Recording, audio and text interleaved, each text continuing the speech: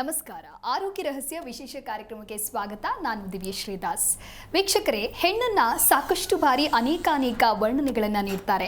ಹೆಣ್ಣು ಸಂಸಾರದ ಕಣ್ಣು ಅಂತ ಹೇಳ್ತಾರೆ, ಹಾಗೆ ಮಮತೆಯ ನೆರಳು ಅನ್ನೋದಾಗಿಯೂ ಕೂಡ, ಜೊತೆಗೆ ಮನೆಯ ಮಹಾಲಕ್ಷ್ಮಿ ಹೆಣ್ಣು ಅಂತ ಹೇಳಿ ಈ ರೀತಿಯಾದಂತಹ ವರ್ಣನೆಯನ್ನ ನೀಡ್ತೇವೆ. ಇದು ಒಂದು ಭಾಗ. ಆದರೆ ಇನ್ನೊಂದು ಕಡೆ ಒಬ್ಬ ಹೆಣ್ಣು ಹುಟ್ಟಿದಾಗಿನಿಂದ ಸಾಯುವವರೆಗೂ ಕೂಡ ತನ್ನ ಜೀವನವನ್ನ ಇತರೆಗಾಗಿ ಮುಡಿಪಾಗಿಟ್ಟು ಹೋಗ್ತಾಳೆ.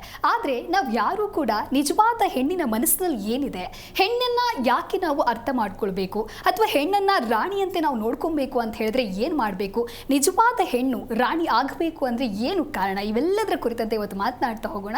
ಈ ಕುರಿತು ತಿಳಿಸಿಕೊಡಲು ಶ್ರೀ ಪುರುಷೋತ್ತಮ ದೇಶಿ ಗುರುಜಿ ನಮ್ಮ ಕಾರ್ಯಕ್ರಮದಲ್ಲಿದ್ದಾರೆ. ಬನ್ನಿ ಅವರನ್ನ ಕಾರ್ಯಕ್ರಮಕ್ಕೆ ವೆಲ್ಕಮ್ ಮಾಡಿಬಿಡೋಣ. ನಮಸ್ಕಾರ ಗುರುಜಿ, ಕಾರ್ಯಕ್ರಮಕ್ಕೆ ಸ್ವಾಗತ. ನಮಸ್ಕಾರ ಗುರುಜಿ, ನಾನು ಹೇಳ್ತಾ ಇದ್ದೆ, ಹೆಣ್ಣು ಅಂತ ಹೇಳಿದ್ರೆ ಸಾಕಷ್ಟು ವರ್ಣನೆಯನ್ನು ಮಾಡ್ತೇವೆ, ಹೆಣ್ಣಿಗೆ ಗೌರವವನ್ನು ಕೊಡ್ತೇವೆ ಅನ್ನುವಂಥ ಮಾತುಗಳನ್ನು ನಾವು ಕೇಳಿರ್ತೀವಿ. ಆದರೆ ನಿಜವಾಗಿಯೂ ಕೂಡ ಹೆಣ್ಣಿನ ಮನಸ್ಸಿನಲ್ಲಿ ಏನಿದೆ ಅಂತ ಹೇಳಿ ನಾವು ಯಾರೂ ಕೂಡ ಅರ್ಥ ಮಾಡ್ಕೊಳ್ಳೋದಕ್ಕೆ ಹೋಗೋದಿಲ್ಲ. ರಾಣಿ ಅಂತ ಹೆಣ್ಣು ಅಂತ ಹೇಳಿದ್ರೆ ನೀವು ಏನು ವ್ಯಾಖ್ಯಾನಿಸ್ತೀರಾ ಗುರುಗಳೇ? ಇಲ್ಲಿ ಒಂದು ಸ್ವಲ್ಪ ಸೆನ್ಸಾರ್ ಆಗಬೇಕು. ರಾಣಿ ಥರ ರಾಣಿ ಆಗೋಕ್ಕಾಗಲ್ಲ,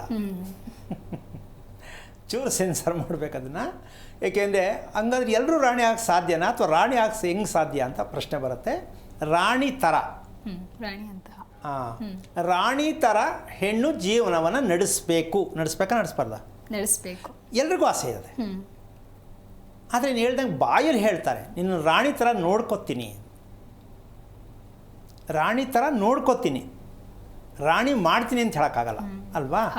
ಸೊ ಇಲ್ಲಿ ವಿಷಯ ನಾವು ಒಂದನ್ನು ಗಮನಿಸ್ಕೋಬೇಕು. ಮನಸ್ಸು ನೋವಾಗಬಾರ್ದು, ಹೆಣ್ಣಿಗೆ ಮನಸ್ಸು ನೋವಾಗಬಾರ್ದು. ಇದು ಹೆಣ್ಣಿನಲ್ಲಿರ್ತಕ್ಕಂತಹ ಮಹಾರಾಣಿ ಥರ ಇರತಕ್ಕಂಥದ್ದಕ್ಕೆ ಒಂದು ವಿಚಾರ ಇದೆ. ಯಾವುದೇ ವಿಷಯದಲ್ಲಿ ನೋವಾಗಬಾರ್ದು. ನೋವು ಆಗೇ ಇಲ್ವಲ್ಲ, ಎಲ್ಲ ನಾವು ಪಡ್ತಾನೇ ಇದ್ದೀವಿ ಅಂತಕ್ಕಂಥ ಪ್ರಶ್ನೆ ಇರತಕ್ಕಂತಹ ಈ ರಹಸ್ಯಕ್ಕೆ ಕಾರಣಕರ್ತನಾಗಿರ್ತಕ್ಕಂತಹ ಶ್ರೀಮನ್ನಾರಾಯಣನ ಪಾದ ಕಮಲಗಳಿಗೆ ಕೋಟಿ ನಮನಗಳನ್ನು ಅರ್ಪಣೆಯನ್ನು ಮಾಡಿ ವಿಷಯಕ್ಕೆ ಬರೋದೇ ಆದರೆ, ರಾಣಿ ಥರ ಮಾಡುವಂಥದ್ದು, ಆಗುವಂಥದ್ದು, ಪ್ರಯತ್ನಿಸುವಂತಕ್ಕಂಥದ್ದು ವಿಚಾರಗಳಲ್ಲಿ ಒಂದು ರಹಸ್ಯಕರವಾದಂಥ ಒಂದು ವಿಚಾರ ಇದೆ. ಅದು ಇತ್ತು, ಈಗಿಲ್ಲ. ಹಿಂದೆ ಇತ್ತು, ರಾಣಿ ಥರ ಜೀವನ ನಡೆಸೋಕ್ಕೆ ಹಿಂದೆ ಇತ್ತು. ಅಂದರೆ ಈಗ ಯಾರೂ ಇಲ್ಲವೇ ಇಲ್ಲ ಅಂತಲ್ಲ, ಇರ್ತಾರೆ ಕೆಲವರು, ಇಲ್ಲ ಅಂತಿಲ್ಲ. ಆದರೆ ಇಲ್ಲಿ ನಮಗೆ ಇವತ್ತಿನ ಪರಿಸ್ಥಿತಿ, ಈ ಆಧುನಿಕ ಪ್ರಪಂಚಕ್ಕೆ ಇದು ಸ್ವಲ್ಪ ದೂರ ಇರತಕ್ಕಂಥ ವಿಷಯ. ಬೈಕೆ ಸರಿ, ಬಟ್ ಆಗಬೇಕೇ, ಆಗಕ್ಕೆ ಆಗಿಲ್ವೇ, ಇದಕ್ಕೆ ಕಾರಣವನ್ನು ನಾನು ಹೇಳಿ ಮುಂದೆ ಹೋಗ್ತೀನಿ. ಅದಕ್ಕೆ 3 ಕಾರಣಗಳನ್ನು ನಾನು ತಗೋಬೇಕಾಗತ್ತೆ. ಏನು? ಒಂದು, ಮೊದಲನೇದಾಗಿ ಹಸುವಿನ ಕೊಟ್ಟಿಗೆ ಇರತಕ್ಕಂತಹ ಮನೆ ಇದ್ದಾಗ, ಮನೆ ಅನ್ಬೇಕಾದ್ರೆ ಶುಭವಾದ ಮನೆ ಯಾವುದು? ಹಸುವಿನ ಕೊಟ್ಟಿಗೆ ಇದ್ದ ಮನೆ, ಅದು ಶುಭವಾದ ಕ್ಷೇತ್ರಕ್ಕೆ ಹತ್ತಿರವಾದಂಥ ಮನೆ ಆಗಿದೆ. ಕೊಟ್ಟಿಗೆ ಇದ್ದರೆ. ಎಲ್ಲಿದೆ ಈಗ ಕೊಟ್ಟಿಗೆ? ಇಲ್ಲ. ಇನ್ನು ಎರಡನೇ ವಿಷಯಕ್ಕೆ ಬಂದರೆ, ಹೆಣ್ಣು, ಇದು ತುಂಬ ಕಷ್ಟಕರವಾದ ವಿಚಾರ, ಅರಗಿಸ್ಕೊಳ್ಳೋಕ್ಕೂ ಆಗಲ್ಲ, ಕೇಳೋಕ್ಕೂ ಆಗಲ್ಲ. ಯಾಕೆ ಅಂದರೆ, ಹೆಣ್ಣು ಹಿಂದೆ ಶಾಲೆಗೆ ಹೋಗ್ತಕ್ಕಂತಹ ಪರಿಸ್ಥಿತಿ ಹೇಗಿತ್ತು ಅಂದರೆ, ಒಂದು 20% ಇದ್ದರು, ಈಗ 80% ಇದ್ದಾರೆ ಶಾಲೆಗೆ ಹೋಗ್ತಕ್ಕಂಥ ಹೆಣ್ಣುಮಕ್ಕಳು. ಶಾಲೆಗೆ ಯಾವ ಹೆಣ್ಣು ಮಕ್ಕಳು, ಆದರೆ ಇವತ್ತು ಇದನ್ನು ಕೇಳಿದ್ರೆ ಕೋಪ ಕೂಡ, ಬೇಜಾರು ಕೂಡ ಆಗುತ್ತೆ ಕೆಲವರಿಗೆ. ಯಾಕೆ ಈ ವಿಷಯವನ್ನು ಹೇಳ್ತಾ ಇದ್ದೀನಿ ಅಂದರೆ, ಪ್ರಥಮ ಋತುವಿನ ಅಂಶದಲ್ಲಿ ಪ್ರಥಮ ಋತುವಿನ ಸ್ಥಳ, ದಿನ, ಸಮಯ, ಬಟ್ಟೆ ಇವೆಲ್ಲವನ್ನು ಗಮನಕ್ಕೆ ತಗೊಂಡು ಇಂದಿನಿಂದನೂ ಬಂದಿರತಕ್ಕಂಥ ಒಂದು ಸಂಪ್ರದಾಯ ಪ್ರಚಾರ ಇದೆ. ಅದಕ್ಕೆ ಲೆಕ್ಕ ಹಾಕಿದ್ರೆ, ಸ್ಕೂಲ್ಗೆ ಹೋಗ್ತಕ್ಕಂತಹ ಮಕ್ಕಳು ಸ್ಕೂಲ್ನಲ್ಲಿ ಅಕಸ್ಮಾತ್ ಪ್ರಥಮ ಋತು ಆಗಿದ್ದಂತಹ ವಿಚಾರಗಳು ಸಾಕಷ್ಟು ಇರುತ್ತಲ್ಲ, ಹೆಣ್ಣಿಗೆ ಬರಲ್ಲ. ಮನೆ ಬಿಟ್ಟು ಹೊರಗಾದಂಥ ಹೆಣ್ಣು ಜೀವನ ಪರ್ಯಂತ ಸುತ್ತಾನೇ ಇರಬೇಕು, ಎಲ್ಲೂ ನಿಲ್ಲಕ್ಕಾಗಲ್ಲ. ಮನೆ ಬಿಟ್ಟು ಹೊರಗಡೆ ಪ್ರಥಮ ಋತುವಾದ ಹೆಣ್ಣು ಜೀವನ ಪರ್ಯಂತ ಓಡಾಟ ತಿರುಗಾಟ, ಒಂದು ಕಡೆ ನಿಲ್ಲಲ್ಲ. ಜೀವನ ಪರ್ಯಂತ ಚೇಂಜಸ್ ಇಲ್ಲ. ಇದು ಶಿಕ್ಷೆ ಯಾರಿಗೆ? ಹೆಣ್ಣಿಗೆ. ಯಾರು ಕೊಡ್ತಿರೋದು? ಅಪ್ಪ ಅಮ್ಮ. ಏನು ಮಾಡೋದು? ಈಗ ಇದನ್ನು ನಿಕಟವಾಗಿ ಇಷ್ಟೇ ವಯಸ್ಸಿಗೆ ಇಂಥ ದಿನ ಆಗತ್ತೆ ಅಂತ ಗೊತ್ತಿಲ್ಲ, ಹೌದಲ್ಲ? ಹಾಗಿದ್ದ ಮೇಲೆ ನಮ್ಮ ಹೆಣ್ಣುಮಕ್ಳು ಒಳ್ಳೆಯದಾಗಬೇಕು ಅಂತ ಕೇಳ್ತಾರೆ, ನಮ್ಮ ಹೆಣ್ಣುಮಕ್ಳಿಗೆ ಒಳ್ಳೆ ಗಂಡ ಸಿಕ್ಕಬೇಕು ಅಂತ ಕೇಳ್ತಾರೆ, ಒಳ್ಳೆ ಜೀವನ ಸಿಗಬೇಕು ಅಂತ ಕೇಳ್ತಾರೆ, ನನ್ನ ಮಗಳು ಒಳ್ಳೆ ನೆಮ್ಮದಿಯಾಗಿರಬೇಕು ಅಂತ ಕೇಳ್ತಾರೆ. ಸ್ಕೂಲಿಗೆ ಕಳಿಸೋದ ಮೇಲೆ ಅದರಲ್ಲಿ ಇನ್ನೊಂದು ದುರಂತ ಇದೆ. ನೀಲಿ ಯೂನಿಫಾರಮ್ ಆದರೆ ಮುಗಿದೋಯ್ತು ಕತೆ. ನೀಲಿ ಬಟ್ಟೆಯಲ್ಲಿ ಪ್ರಥಮ ಋತು ಸ್ಕೂಲ್ನಲ್ಲಿ ಆದರೆ ಅಷ್ಟೇ, ಜೀವನದ ಕತೆ ಅಯೋಮಯವಾಗಿರುತ್ತೆ. ಏನು ಮಾಡೋಣ, ಸ್ಕೂಲ್ ಯೂನಿಫಾರಮ್ಮೂ ನೋಡಬೇಕು, ಸ್ಕೂಲ್ಗೂ ಕಳಿಸ್ಬೇಕು, ಮಕ್ಕಳನ್ನ ಚೆನ್ನಾಗಿ ಇರಬೇಕು ಅಂತ ಪ್ರಯತ್ನ ಮಾಡ್ತೀವಿ. ಎಲ್ಲಿಂದೆಲ್ಲಿಗೆ ದಯವಿಟ್ಟು ಕೆಲವರು ಸ್ವಲ್ಪ ಯೋಚನೆ ಮಾಡಿ. ಹಾಗಂತ ಶಾಲೆಗೆ ಕಳಿಸೋದು ಬೇಡ ಅಂತ ನಾನು ಹೇಳ್ತಿಲ್ಲ. ನಾವು ಮಾಡ್ತಾ ಇರೋದೊಂದು, ಅದು ಆಗ್ತಾ ಇರೋದೊಂದು. ಆದರೆ ನಾವು ಕೇಳ್ತಿರೋದು ಮಾತ್ರ ಒಳ್ಳೆಯದನ್ನೇ ಕೇಳ್ತೀವಿ. ಹೆಂಗಾಗತ್ತಿದು? ಸಾಧ್ಯ ಇದೆಯಮ್ಮ? ಶಾಲೆಗೆ ಕಳಿಸ್ತಕ್ಕಂತಹ ಆ ಸಮಯದಲ್ಲಿ ನಾವು ಮಕ್ಕಳನ್ನ ಬ್ರೇಕ್ ಮಾಡಿ ಮನೇಲಿ ಇಟ್ಕೊಳ್ಳೋಕ್ಕಾಗತ್ತಾ? ಗೊತ್ತಿಲ್ಲ. ಹಾಗಾದರೆ ಶಾಲೆಗೆ ಕಳಿಸ್ಬಾರ್ದ? ಕಳಿಸಿದ ಮೇಲೆ ನೀವು ನಿರೀಕ್ಷೆ ಮಾಡಬಾರ್ದು. ನಮ್ಮ ಹೆಣ್ಣು ಮಗಳನ್ನು ಹೀಗೆ ನಾನು ಮದುವೆ ಮಾಡ್ತೀನಿ, ನನ್ನ ಮಗಳು ಹೀಗೆ ಇರಬೇಕು, ನಿರೀಕ್ಷೆ ಬಿಟ್ಬಿಡಿ. ಯಾಕೆ? ಅವಳು ಕಾಲ ಮೇಲೆ ಅವಳು ನಿಂತ್ಕೊಳ್ಳಿ ಅಂತಾನೆ ಸ್ಕೂಲ್ ಕಳಿಸ್ತಾ ಇರೋದು, ಹೌದಲ್ಲ? ನಿಂತ್ಕೊಳ್ಳಿ ಬಿಡಿ, ನೀವು ಕೇಳಂಗಿಲ್ಲ. ಯಾಕೆ ಅಂದರೆ ಶಾಲೆಗೆ ಹೋದಂಥ ಹೆಣ್ಣು ಒಂಟಿ ಕಾಲಲ್ಲೇ ನಿಂತಿರ್ತಾಳೆ ಅಂತ ನೀವೇ ಡಿಸೈಡ್ ಮಾಡಬೇಕು. ಒಂಟಿ ಕಾಲು ಅಂದರೆ ಏನು ಬೇಕಾದ್ರೂ ನಡಿಬೋದು. ಅದಕ್ಕೆ ಕಾರಣಕರ್ತರು ತಂದೆ ತಾಯಿನೇ. ಏನಪ್ಪ ಹಿಂಗೆ ಹೇಳ್ಬಿಟ್ರಲ್ಲ ಅಂತ ಹೇಳೋದಲ್ಲ, ನೀವು ಆಯ್ಕೆ, ನಿಮ್ಮ ಆಯ್ಕೆ. ಮಕ್ಕಳನ್ನು ಯಾವ ರೀತಿಯಾಗಿ ನಾವು ಒಂದು ಬೆಳೆ ಬೆಳೆಯೋದಕ್ಕೆ, ಒಂದು ವೃಕ್ಷವನ್ನು ನಾವು ಬೆಳೆಸೋದಕ್ಕೆ ಪ್ರತಿಯೊಂದಕ್ಕೂ ತನ್ನದೇ ಆದ ಧರ್ಮಗಳಿರುತ್ತೆ, ಹೌದಲ್ಲಮ್ಮ? ಯಾವ ಬೆಳೆಯನ್ನು ಯಾವ ಭೂಮಿಯಲ್ಲಿ ಹಾಕಬೇಕು ಧರ್ಮ ಇದೆ. ಯಾವ ವೃಕ್ಷಗಳನ್ನು, ಯಾವ ಬೆಳೆಗಳನ್ನು ಯಾವ ಜಾಗದಲ್ಲಿ ಬೆಳಿಬೇಕು ಧರ್ಮ ಇದೆ. ನೀವು ಹೆಣ್ಣು ಅಂದರೆ ಧರ್ಮ, ಧರ್ಮ ಅಂದರೆ ಹೆಣ್ಣು ಅಂತಕ್ಕಂಥ ಈ ಪ್ರಪಂಚದಲ್ಲಿರೋ ನಾವು ಧರ್ಮಕ್ಕೆ ವಿರೋಧವಾಗಿ, ಧರ್ಮಕ್ಕೆ ವಿರುದ್ಧವಾಗಿ ನಡ್ಕೊಳ್ತಕ್ಕಂಥ ಮಟ್ಟಕ್ಕೆ ಹೋದಾಗ ಭಗವಂತನನ್ನು ಕೂಡ ಹಿಂದೆ ಹಾಕೋದು, ಹೌದಾ? ಈ ವಿಚಾರದಲ್ಲಿ ಭಗವಂತನನ್ನು ಹಾಕ್ಬಿಟ್ಟ ಸೈಡ್ಗೆ. ಯಾಕೆ? ಆ ಧರ್ಮದಲ್ಲಿ ಹೋದರೆ, ಭಗವಂತನ ದಾರಿಯಲ್ಲಿ ಹೋಗಬೇಕಂದ್ರೆ ಹೆಣ್ಣಿಗೆ ಮನೆಯಷ್ಟೇ ಕ್ಷೇತ್ರವಾಗಬೇಕು, ಹೊಸಲನ್ನು ದಾಟಬಾರದು ಅಂತಕ್ಕಂಥದ್ದು ಇತಿಹಾಸದಿರ್ತಕ್ಕಂಥ ಹೆಣ್ಣು ಮಕ್ಕಳ ವಿಚಾರ. ಹೊಸಲು ದಾಟಬಾರದು ಹೆಣ್ಣು, ಗಂಡು ಹೊಸಲು ಒಳಗೆ ಇರಬಾರದು, ಇದು ಧರ್ಮ. ಇದೆಯಾ ಈಗ? ಇಲ್ಲ. ಬದುಕಬೇಕಲ್ಲ ಸ್ವಾಮಿ, ಅಷ್ಟೇ, ಬದುಕಿ ಅಷ್ಟೇ. ನೆಮ್ಮದಿ, ಆರೋಗ್ಯ, ಅಭಿವೃದ್ಧಿ ಈ ಥರದ್ದೇ ಕೇಳಬೇಡಿ. ಯಾವುದಾದ್ರು ಒಂದು ಸೈಡಿಗೆ ಬನ್ನಿ, ಇಲ್ಲ ದೇವ್ರ ಮರೆ ಹೋಗ್ಬಿಡಿ, ಪೂರ್ತಿ ಅಲ್ಲೇ ಹೋಗ್ಬಿಡಿ, ಇಲ್ಲ ನಿಮ್ಮ ಕಡೆ ಎಳ್ಕೊಳ್ಳಿ. ನೀವು ಅದಕ್ಕೂ ಕೊಡ್ತಾ ಇಲ್ಲ, ನೀವು ತಗೋತಾ ಇಲ್ಲ, ಮಧ್ಯದಲ್ಲಿ ನಿಲ್ಲಿಸ್ಬಿಟ್ಟು ನಮ್ಮ ಹೆಣ್ಮಕ್ಳು ಹೆಂಗೆ ಆದ್ರಲ್ಲ ಅಂತ ಯೋಚನೆ ಮಾಡಿ ಶಾಸ್ತ್ರ ಕೇಳಿದ್ರೆ ಯಾರು ಹೊಣೆ? ನೀವೇ ಯೋಚನೆ ಮಾಡಿ. ಅದಕ್ಕೋಸ್ಕರವಾಗಿ ಇದು ಕೊನೆಯಲ್ಲಿ ಇರ್ತಕ್ಕಂತಹ ವಿಚಾರ ತುಂಬ ವಿಶೇಷವಾಗಿದೆ, ತುಂಬ ಖುಷಿಯಾಗುತ್ತೆ ಕೇಳೋಕ್ಕೆ. ಏನು ಅಂದರೆ, ಹೆಣ್ಣು ಮಹಾರಾಣಿ ಥರ ಜೀವನ ಆಗಬೇಕು ಅಂದರೆ ತಂದೆ ತಾಯಿ ಎಷ್ಟೇ ಬಡತನ ಇರಲಿ, ಹೆಣ್ಣು ಓದ್ದೇನೇ ಇರಲಿ, ಹೆಣ್ಣು ಚೆನ್ನಾಗಿಲ್ಲದೇ ಇರಲಿ, ದಿಢೀರಂಥ ಶ್ರೀಮಂತಿಕೆಯನ್ನು ಬಯಸ್ತಕ್ಕಂತಹ ರಾಜಯೋಗ ವೈಭವನಕ್ಕಿಂತ ಮೀರಿ ಬೆಳೆಯತಕ್ಕಂಥ ಒಂದು ಆಪ್ಷನ್ ಏನಿದೆ ಅಂದರೆ, ಆ ಸಮಯದಲ್ಲಿ ಯಾವ ಹೆಣ್ಣು ವಸ್ತ್ರ ರೇಷ್ಮೆ ವಸ್ತ್ರ ಆಗಿರುತ್ತೋ, ಹಸಿರು ಬಟ್ಟೆ ಮೈ ಮೇಲೆ ಇರುತ್ತೋ, ಅವಳಂಥ ಅದೃಷ್ಟವಂತೆ ಕೋಟಿವಂತೇನಿಲ್ಲ. ಆ ಸಮಯದಲ್ಲಿ ರೇಷ್ಮೆ ವಸ್ತ್ರ ಹಾಕಿರುವಂಥ ಹೆಣ್ಣು ಅದರಿ ರಾಜಮನೆತನದ ಹೆಣ್ಣಿಗಿನ್ನ ಉನ್ನತ ಕೊಡ್ತಾಳೆ, ರಾಜಮನೆತನದ ಹೆಣ್ಣಿಗಿನ್ನ ಅಂತಹ ಸುಖ ಸೌಲಭ್ಯಗಳು ಸಿಗತ್ತೆ. ರೇಷ್ಮೆ ವಸ್ತ್ರ ಹೆಣ್ಣು ಮಕ್ಕಳಿಗೆ ಹಾಕೋದೆಲ್ಲಿ ಬಂತು? ಹಾಕ್ಕೋತಾ ಇದ್ದಾರಾ? ಚಾನ್ಸೇ ಇಲ್ಲ. ಚಡ್ಡಿ ಹಾಕ್ಕೋಬೋದೇನೋ, ಎಲ್ಲರೂ ಹಾಕ್ಕೊಳ್ಳಲ್ಲ, ಅಲ್ಲ ವಿಚಾರ ಹೇಳಿದ್ದು ಕಾಮಿಡಿಗೆ. ಸೊ ರೇಷ್ಮೆ ವಸ್ತ್ರ ಎಲ್ಲಿ ಬಂತು? ಪ್ಯಾಂಟ್ ಹಾಕೋ ಜಮಾನದಲ್ಲಿ ರೇಷ್ಮೆ ವಸ್ತ್ರ ಹಾಕಿ ಸ್ಕೂಲು ಕಾಲೇಜಿಗೆ ಕಳಿಸೋದಾದರೆ ಅದ್ರ ಕಥೆ ಏನು? ಈ ರೇಷ್ಮೆ ವಸ್ತ್ರ ಬಣ್ಣದಲ್ಲಿ ಹಸಿರು ಬಣ್ಣ ವಸ್ತ್ರವನ್ನು ಯಾವ ಹೆಣ್ಣು ಪ್ರಥಮ ಋತುವಿನಲ್ಲಿ ಇರ್ತಾರೋ ಅವರ ಜೀವನದಲ್ಲಿ ಅವರಂಥ ಅದೃಷ್ಟ ಇನ್ಯಾರಿಗೂ ಸಿಗಲಿಕ್ಕಿಲ್ಲ. ಅವಳೇ, ಆ ಹೆಣ್ಣೆ ರಾಣಿಯ ರೀತಿಯಲ್ಲಿ, ರಾಣಿ ಥರದಲ್ಲಿ ಆ ಜೀವನವನ್ನು ನಡೆಸೋದಕ್ಕೆ, ಅಂದರೆ ನಿರೀಕ್ಷೆ ಇಲ್ಲದೆ ಬದುಕುವುದೇ ರಾಣಿ ಥರದ ಜೀವನ. ಏನಮ್ಮ? ನಿರೀಕ್ಷೆನೇ ಇಲ್ಲ, ಇಂಥ ಹುಡುಗ ಸಿಗ್ತಾನೆ, ಗೊತ್ತಿಲ್ಲ, ಸಿಕ್ಬಿಟ್ಟ, ಈ ಮಟ್ಟಕ್ಕೆ ಒಳ್ಳೆ ಕೆಲಸ ಓದಿ ಒಳ್ಳೆ ಕೆಲಸ ತೊಗೊಂಡಿದ್ದೀನಿ, ಅದೂ ಆಯಿತು, ಅಥವಾ ಒಳ್ಳೆ ಮನೆಗೆ ಸೇರಿದ್ದೀನಿ, ಅದೂ ಆಯಿತು, ನನಗೆ ಅದೃಷ್ಟ ಹೆಂಗೆ ಅಂದರೆ ಆರೋಗ್ಯವಾಗಿ ಚೆನ್ನಾಗಿದ್ದೀನಿ, ಭಗವಂತ ನನಗೆ ಚೆನ್ನಾಗಿಟ್ಟಿದ್ದಾನೆ, ನಾನು ಯಾವಾಗಲೂ ನಗನಗ್ತಾ ಇರ್ತೀನಿ, ಖುಷಿಯಾಗಿದ್ದೀನಿ. ಈ ಥರದವ್ರಿಗೆ ರಾಣಿ ಥರದ ಜೀವನ, ಜೊತೆಗೆ ನೋಡಲಿಕ್ಕೆ ರಾಣಿ ಥರನೂ ಕಾಣಿಸ್ತಕ್ಕಂತಹ ಹೆಂಗಸರು ಕೂಡ ಇದ್ದಾರೆ. ಇದನ್ನು ಅರ್ಥ ಮಾಡ್ಕೊಳ್ತಕ್ಕಂಥದ್ದಷ್ಟೇ ಹೊರತು ಇದನ್ನು ಹೀಗೆ ಮಾಡಿ ಅಂತ ನಾನು ಹೇಳುತ್ತಿಲ್ಲ, ನೀವು ಹಾಗೆ ಮಾಡಬೇಕು ಅಂತ ನಿಮ್ಮ ತೀರ್ಮಾನ, ಅದು ನಾವು ಹೇಳುವಂಥ ವಿಚಾರ ಅಲ್ಲ. ಈಗ ಇದಕ್ಕೆ ವಿಷಯವನ್ನು ನಾವು ಎಷ್ಟರ ಮಟ್ಟಿಗೆ ಗಮನಿಸ್ಕೋಬೇಕು ಅಂತಕ್ಕಂತಹ ವಿಚಾರ.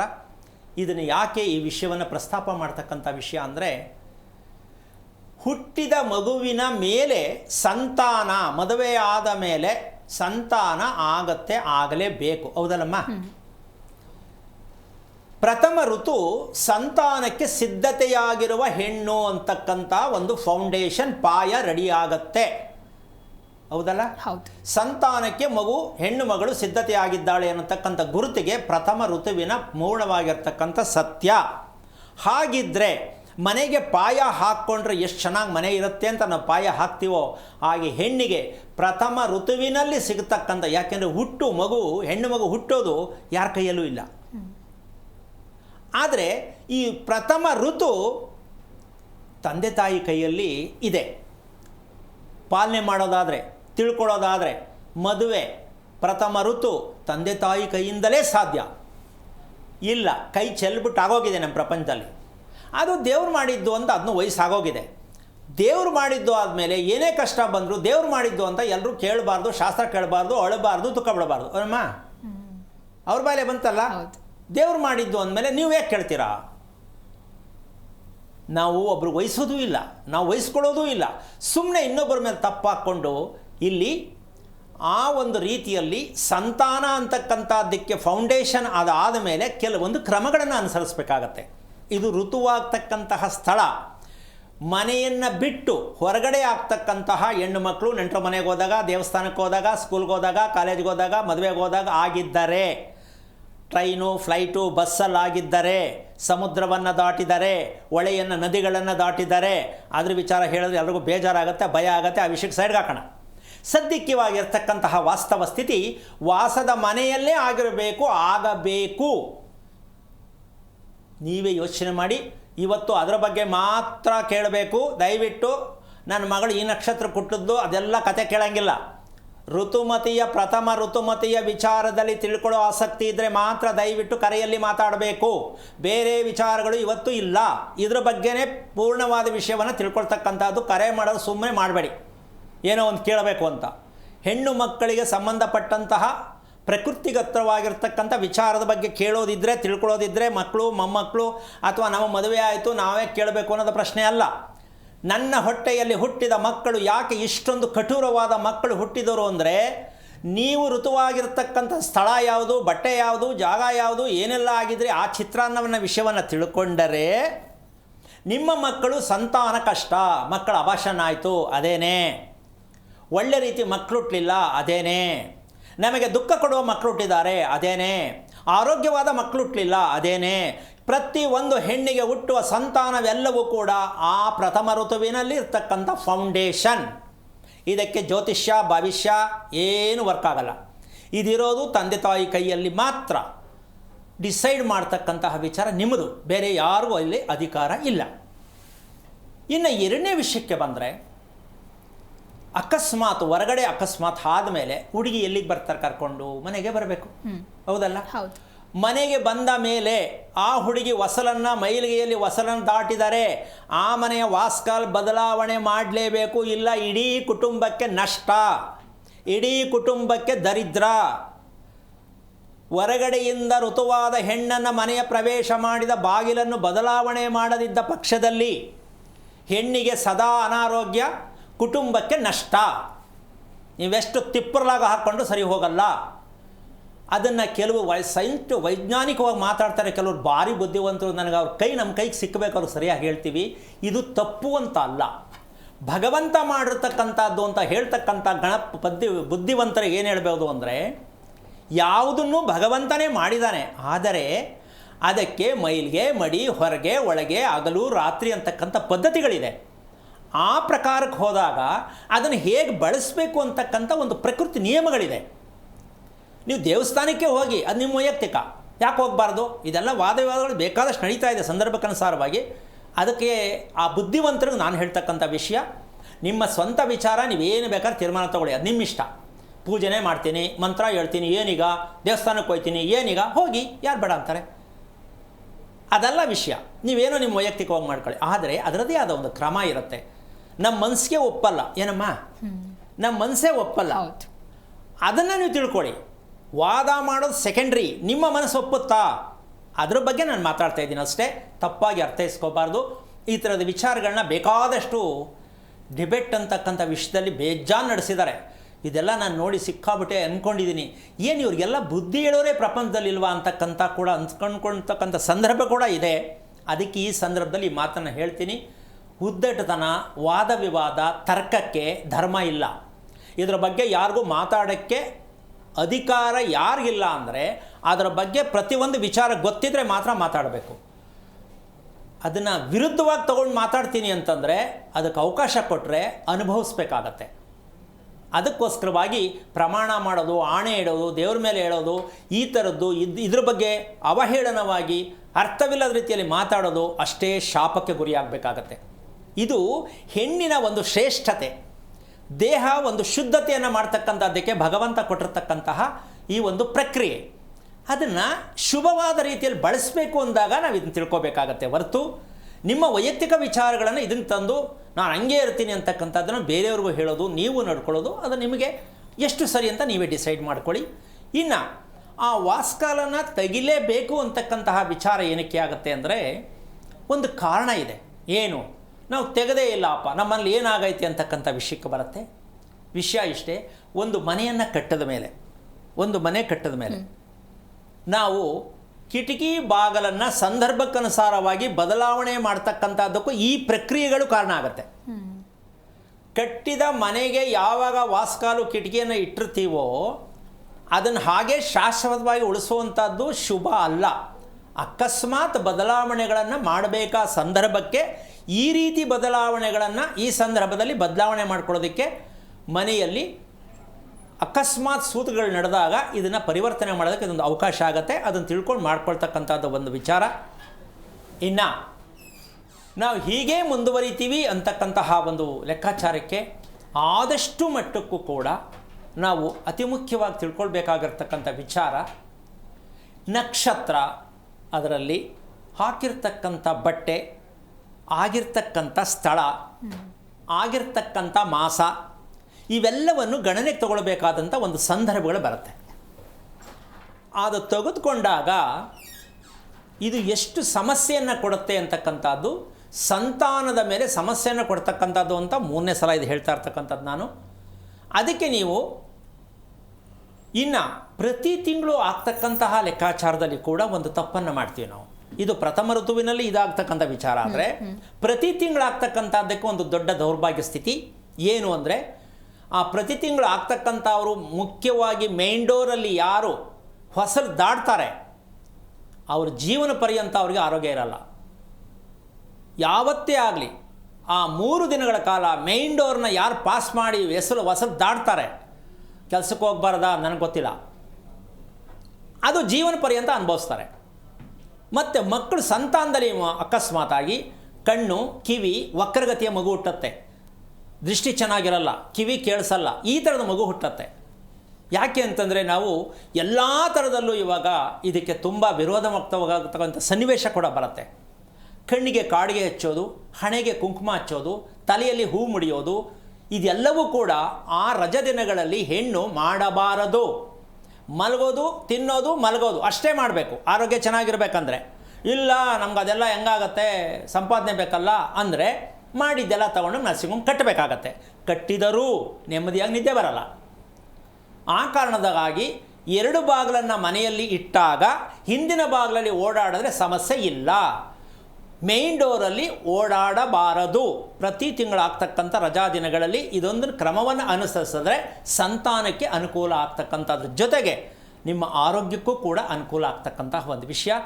ಮದುವೆಯಾಗಿ ಮಕ್ಕಳಾಗಿ ಆಮೇಲೆ ಕೂಡ ಇದನ್ನು ಪಾಲಿಸಬೇಕು. ಹಾಗಾಗಿ ಇದನ್ನು ನಾವು ಎಷ್ಟರ ಮಟ್ಟಕ್ಕೆ ಪಾಲನೆ ಮಾಡ್ತೀವಿ ಅದು ನಿಮಗೆ ಸೇರಿದ್ದು. ಈ ರೀತಿಯಾಗಿ ಮಕ್ಕಳು ಹುಟ್ಟುಬಿಟ್ರು, ಹಿಂಗೆ ನಮಗಿಂತ ಅನ್ಯಾಯ ಮಾಡೋ ಮಕ್ಕಳು ಹುಟ್ಟುಬಿಟ್ರು, ಅನಾರೋಗ್ಯದ ಮಕ್ಕಳು ಹುಟ್ಟುಬಿಟ್ರು ಅಂತ ಮಕ್ಕಳ ಮೇಲೆ ಕಂಪ್ಲೇಂಟ್ ಹೇಳ್ತಕ್ಕಂಥದ್ದು, ಇಂಥ ಮಗು ನನ್ನ ಹೊಟ್ಟೆಯಲ್ಲಿ ಯಾಕೆ ಕೊಡ್ತು ಅಂತ ಕೇಳ್ತಕ್ಕಂಥವ್ರಿಗೆ ಇವತ್ತು ಉತ್ತರ ಸಿಕ್ಕಿದೆ ಅಂತ ಅನ್ಕೋತೀನಿ. ಏನಮ್ಮ? ಹೌದು ಗುರೂಜಿ. ಈ ಮಗ ಯಾಕೆ ಹಿಂಗೆ ಕೊಡ್ತು, ಈ ನಕ್ಷತ್ರದಲ್ಲಿ ಯಾಕೆ ಹಿಂಗೆ ಕೊಡ್ತು ಅಂತಕ್ಕಂತಹ ವಿಚಾರ. ಇದರ ಜೊತೆಗೆ ಅತಿ ಮುಖ್ಯವಾದ ವಿಷಯ, ಆ ಹೆಣ್ಣು ಮಗಳು ಮನೆಯಲ್ಲೇ ಆಗ್ಬೋದಾಗಿತ್ತಲ್ಲ, ಸ್ಕೂಲಲ್ಲಿ ಯಾಕಾದ್ಲು, ದೇವಸ್ಥಾನದಲ್ಲಿ ಯಾಕಾದ್ಲು, ಬಸ್ಸಲ್ಲಿ ಹೋಗುವಾಗ ಯಾಕಾದ್ಲು, ಯಾಕೆ ಆಗಬೇಕಿತ್ತು, ದೇವ್ರು ಇದೆಲ್ಲ ಕೊಟ್ಟು ಅದನ್ನು ಯಾಕೆ ಆ ರೀತಿ ಮಾಡ್ತಾನೆ ಪ್ರಶ್ನೆ ಬರ್ಬೋದಲ್ಲ ಅಲ್ವಾ? ದೇವರು ಎಲ್ಲ ಕೊಟ್ಟಿದ್ದಾನೆ, ಹೆಣ್ಣಿಗೆ ಸ್ಥಾನ ಕೊಟ್ಟಿದ್ದಾನೆ ಅಂದ ಮೇಲೆ ಭಗವಂತ ಅದನ್ನೆಲ್ಲ ಅವಾಯ್ಡ್ ಮಾಡಬೇಕಿತ್ತಲ್ವಾ ಅಂತ ಪ್ರಶ್ನೆ ಬರುತ್ತೆ. ಅದಕ್ಕೆ ತಂದೆ ತಾಯಿ ಯಾವ ಮಟ್ಟಕ್ಕೆ ನಡ್ಕೊಂಡಿದ್ದಾರೆ ಅಂತ ಇನ್ನೊಂದು ವಿಷಯಕ್ಕೆ ಹಿಂದಕ್ಕೆ ಹೋಗಬೇಕಾಗತ್ತೆ. ಏನಪ್ಪ ಅಂದರೆ, ಮದುವೆಯಾದಾಗ ಸಂತಾನವನ್ನು ಪಡ್ಕೊಳ್ತಕ್ಕಂಥ ಅವರು, ಮದುವೆಯಾದ ಮೇಲೆ ಸಂತಾನವನ್ನು ಪಡ್ಕೊಳ್ತಕ್ಕಂಥ ಅವರು ಅಮಾವಾಸ್ಯೆ, ಪೌರ್ಣಮಿ, ಸಂಕ್ರಮಣ, ಮಂಗಳವಾರ, ಶನಿವಾರ ಈ ಥರದಲ್ಲಿ ಹೆಣ್ಣು ಗಂಡು ಸಂಯೋಗವಾಗಿದ್ದ ಪಕ್ಷದಲ್ಲಿ ಆ ರೀತಿ ಹೆಣ್ಣು ಮಗು ಹುಟ್ಟುತ್ತಾಳೆ. ಯಾಕೆ ಅಂದರೆ ವಾರ ಗೊತ್ತಿಲ್ಲ, ಸಮಯ ಗೊತ್ತಿಲ್ಲ, ಹೆಂಗಂದ್ರಂಗೆ ಹೊಟ್ಟೆ ಹಸಿ ತಿನ್ನು, ಈ ಪ್ರಕಾರವಾಗಿ ಹೆಣ್ಣು ಗಂಡು ನಡ್ಕೊಂಡಿದ್ದರೆ ಮಂಗಳವಾರ, ಶನಿವಾರ, ಅಮಾವಾಸ್ಯೆ, ಪೌರ್ಣಮಿ, ಸಂಕ್ರಮಣ ಮತ್ತು ಪಿತೃಕಾರ್ಯ ಮಾಡ್ತಕ್ಕಂಥ ಆ ಒಂದು ಮಾಸ ಯಾವ ಕಾರಣಕ್ಕೂ ತುಂಬ ನಿಷೇಧ. ಅದಕ್ಕೋಸ್ಕರ ಮಹಾಲಯ ಅಮಾವಾಸ್ಯೆ ಬಂದಾಗ ಯಾವುದೇ ಶುಭ ಕಾರ್ಯಗಳು ಮಾಡಬಾರ್ದು ಅಂತ ಏನಕ್ಕೆ ಕೇಳ್ತಾರೆ ಅಂದರೆ, ಕಂಪ್ಲೀಟ್ ನಿಷೇಧ ಆಗಬೇಕು. ಹಿರಿಯರಿಗೆ ನಾವು ಕೊಡ್ತಕ್ಕಂತಹ ಅಮೂಲ್ಯವಾಗಿರ್ತಕ್ಕಂಥ ಸಮಯದಲ್ಲಿ ದಾಂಪತ್ಯ ಅನ್ನೋದು ಹತ್ರ ಇರಬಾರ್ದು. ಅದನ್ನು ಆಷಾಢದಲ್ಲೂ ಕೆಲವು ಸಲ ಅನ್ವಯ ಮಾಡಿದ್ದಾರೆ. ಈಗ ಅದೆಲ್ಲ ಹೋಯ್ತು, ಅಯ್ಯೋ ಯಾರು ನೋಡ್ಕೊಳ್ತಾರೆ ಅಂತ ಇವರು ಫೋನ್ ಮಾಡ್ತಾರೆ, ಅವರು ಫೋನ್ ಮಾಡ್ತಾರೆ, ಎಲ್ಲೋ ಭೇಟಿ ಆಗ್ತಾರೆ, ಮನೆಗೆ ಬರ್ತಾರೆ, ಅದು ಓಕೆ. ಆದರೆ ಈ ಅಮಾವಾಸ್ಯೆ, ಪೌರ್ಣಮಿ, ಶನಿವಾರ ಅಂತಕ್ಕಂಥದ್ದನ್ನು ಸ್ವಲ್ಪ ಗಮನಿಸ್ಕೊಂಡು ಸಂತಾನಕ್ಕೆ, ಅದು ಎಣ್ಣೆ ಹುಟ್ಲಿ ಗಂಡೆ ಹುಟ್ಲಿ, ತಂದೆ ತಾಯಿ ಇದನ್ನು ಅನುಸರಿಸಬೇಕಾಗಿತ್ತು. ಇದನ್ನು ಆದಷ್ಟು ಮಟ್ಟಿಗೆ ಅನುಸರಿಸ್ತಾರೆ ಅಂತೀನಮ್ಮ? ಸಾಧ್ಯ ಇಲ್ಲ ಸ್ವಾಮಿ, ಅವೆಲ್ಲ ನೋಡೋಕ್ಕೆ ಎಲ್ಲ ಆಗುತ್ತೆ ಸ್ವಾಮಿ, ನಮಗೆ ಪುರ್ಸೊತ್ತಿರಲ್ಲ ಅನ್ನೋರೇ ಜಾಸ್ತಿ. ಅದಕ್ಕೆ ನಾವೇನು ಮಾಡೋಕ್ಕಾಗಲ್ಲ. ಯಾಕೆಂದರೆ ಇಲ್ಲಿ ಒಂದೇ ಕಡೆ ತಪ್ಪಾಗಲ್ಲ. ತಂದೆ ತಾಯಿಗಳು ಕೂಡ ಇದನ್ನು ಅನುಸರಿಸಿ ನಡ್ಕೊಂಡಿದ್ದರೆ ಆ ಮಕ್ಕಳು ಆ ದುರಂತಕ್ಕೆ ಸಿಕ್ಕಾಕ್ಕೊಳ್ಳಲ್ಲ. ಈಗ ಅಲ್ಲೂ ಇವರು ತಪ್ಪಾಗಿ ಅಲ್ಲೂ ತಪ್ಪಾದಾಗ ಹೆಣ್ಣಿಗೆ ಆರೋಗ್ಯ ಅನ್ನೋದ್ರ ಜೊತೆಗೆ ಆರೋಗ್ಯದ ಮಕ್ಕಳು ಹುಟ್ಟಲಿಕ್ಕೆ ಸಾಧ್ಯ ಇಲ್ಲ. ಹುಟ್ಟಿದ ಮೇಲೆ ಪರದಾಡಬೇಡಿ. ಆ ಪರದಾಡದ ಮೇಲಕ್ಕಿನ್ನ ನಾವು ಏನು ಮಾಡಬೇಕಾಗಿತ್ತು ಅಂತಕ್ಕಂಥ ಒಂದು ಪ್ರಾಯಶ್ಚಿತ್ತಕ್ಕೆ ಒಂದು ವಿಷಯ ಹೇಳ್ಬಿಡ್ತೀನಿ. ಏನು? ಆ ನಕ್ಷತ್ರ ಯಾವುದಾಗಿತ್ತು, ಯಾವ ನಕ್ಷತ್ರದಲ್ಲಿ ಮಗು ಪ್ರಥಮ ಋತುವಾಗಿದೆ ಒಂದು, ಇನ್ನೊಂದು ಆ ನಕ್ಷತ್ರಕ್ಕೆ ಒಂದು ವೃಕ್ಷ ಇರುತ್ತೆ. ಆ ವೃಕ್ಷವನ್ನು ತಂದು, ನಕ್ಷತ್ರಕ್ಕೆ ವೃಕ್ಷ ಒಂದು, ಹಾಲು ಉತ್ಪತ್ತಿಯಾಗ್ತಕ್ಕಂಥ ವೃಕ್ಷ ಒಂದು, ಆ ಎರಡೂ ರೆಂಬೆಗಳನ್ನು ತಂದು ಲಕ್ಷ್ಮೀನಾರಾಯಣ ವಿವಾಹವನ್ನು ಮಾಡಿಸಿ, ಕಡಿಮೆ ಅಂದರೆ ಲಕ್ಷಗಳು ಆಗತ್ತೆ, ಸಾವಿರಲ್ಲಿ ಆಗಲ್ಲ, ಇದು ಲಕ್ಷಗಳನ್ನು ಖರ್ಚು ಮಾಡಬೇಕು. ವಿವಾಹ ಲಕ್ಷ್ಮೀನಾರಾಯಣ ಮದುವೆಯನ್ನು ಮಾಡಿಸಿ ಮನೆಗೆ ಬಂದು ಸಂತಾನಕ್ಕೋಸ್ಕರವಾಗಿ ಆ ಮಗುವಿಗೆ ಏನು ಮಾಡಬೇಕು ಅಂತಕ್ಕಂಥ ಪ್ರಾಯಶ್ಚಿತ್ತವಾಗಿರ್ತಕ್ಕಂತಹ ಒಂದು ಪ್ರಾಯಶ್ಚಿತ್ತವನ್ನು ಮಾಡ್ತಕ್ಕಂಥ ವಿಧಿಯಲ್ಲಿ ಆ ಒಂದು ದೋಷಕ್ಕೆ ನಿವಾರಣೆ ಆಗ್ತಕ್ಕಂಥ ಸನ್ನಿವೇಶ ಕೂಡ ಇದೆ. ಇದಕ್ಕೆ ರಿಪೇರಿಗೆ ಒರಿಜಿನಲ್ಲಾಗಿ ಬಳಸ್ಕೊಂಡ್ರೆ ಬಳಸ್ಕೋಬೋದು. ಸ್ವಾಮಿ ಏನು ಮಾಡೋದು, ಸ್ಕೂಲ್ಗೆ ಹೋಗ್ಬಿಟ್ಟು ಕಳುವ ಹಿಂಗೆಲ್ಲ ಆಗಿದೆ ಅಂದಮೇಲೆ ಈ ರೀತಿ ಲಕ್ಷ್ಮೀನಾರಾಯಣ ವಿವಾಹವನ್ನು ಮಾಡಿಸ್ತಕ್ಕಂಥ ಲೆಕ್ಕಾಚಾರಕ್ಕೆ ಒಂದು ಆಪ್ಷನ್. ಎರಡನೇದು, ಅದು ಹೇಳಿದ್ನಲ್ಲ, ಲಕ್ಷಗಟ್ಟಲೆ ಖರ್ಚಾಗುತ್ತೆ, ಸಾವಿರಗಟ್ಟಲೆ ಆಗಲ್ಲ ಅದು. ಆದರೆ ನಾವು ಅಕಸ್ಮಾತ್ ಹುಷಾರು ತಪ್ಪಿದ್ರೆ, ಆಕ್ಸಿಡೆಂಟ್ ಆದರೆ, ತಲೆ ಹೊಡ್ಕೊಂಡ್ರೆ, ಕಾಲು ಮುರ್ಕೊಂಡ್ರೆ ಲಕ್ಷಗಳು ಖರ್ಚು ಮಾಡ್ತೀವಿ. ಒಂದು ಹೆಣ್ಣು ಮಗುವಿನ ಆಯಸ್ಸು, ಆರೋಗ್ಯ, ಒಳ್ಳೆಯ ಸಂತಾನಕ್ಕೆ ಏನು ಖರ್ಚು ಮಾಡಿದ್ರೆ ಕಡಿಮೆ ಇಲ್ಲ.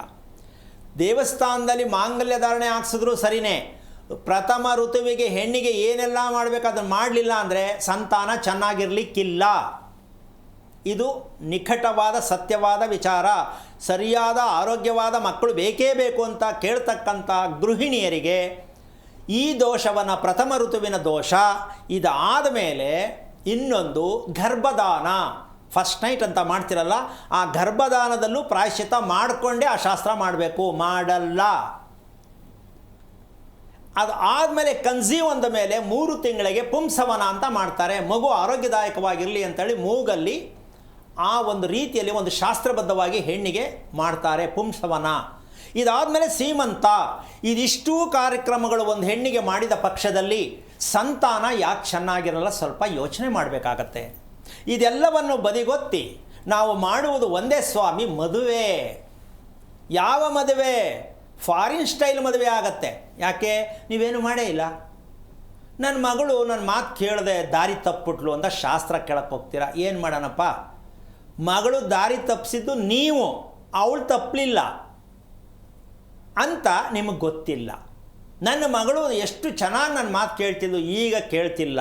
ಅದೇನೇ ನಿಮ್ಮ ದುಃಖಕ್ಕೆ, ನೀವು ದುಃಖ ಅನುಭವಿಸೋಕ್ಕೆ ನೀವೇ ಮಾಡ್ಕೊಂಡಿರ್ತಕ್ಕಂತಹ ಈಗ ಕೆಲವ್ರ ಪ್ರಶ್ನೆ ಬರುತ್ತೆ, ಇಷ್ಟು ಲಕ್ಷಗಳು ದುಡ್ಡು ಖರ್ಚು ಮಾಡಿ ಅದೆಲ್ಲ ಮಾಡ್ಸೋಕ್ಕೆ ನಾವೇನು ಶ್ರೀಮಂತರ ಸ್ವಾಮಿ ಅಂತ ಕೇಳ್ತಾರಲ್ಲಮ್ಮ.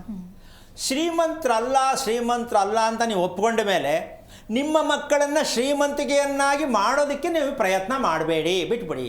ಯಾಕೆ? ನೀವು ಶ್ರೀಮಂತರಲ್ಲ. ಒಂದು ಬೇಕು, ಇನ್ನೊಂದು ಮಾಡೋಕ್ಕಾಗಲ್ಲ.